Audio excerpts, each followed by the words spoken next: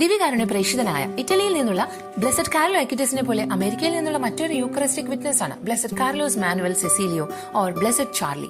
From an early age, his devotion to daily mass and receiving the Eucharist were born from the example set forth by his grandmother.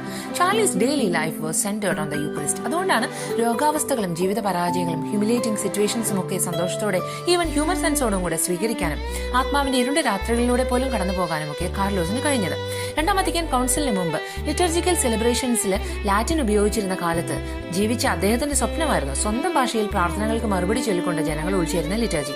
College education പൂർത്തിയാക്കാനും വൈദികനാകാനുള്ള ആഗ്രഹം രോഗാവസ്ഥയിൽ സഫലമായില്ലെങ്കിലും he educated himself in all subjects including music and learned to play sacred music on the piano and organ.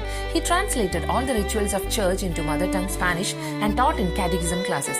1963 44 വയസ്സിൽ cancer വന്ന് Carlos മരിക്കുന്നതോടെ second Vatican council ആരംഭിച്ചു കാർലോസിന്റെ സ്വപ്നങ്ങൾ സഭയിൽ പൂവണിഞ്ഞു.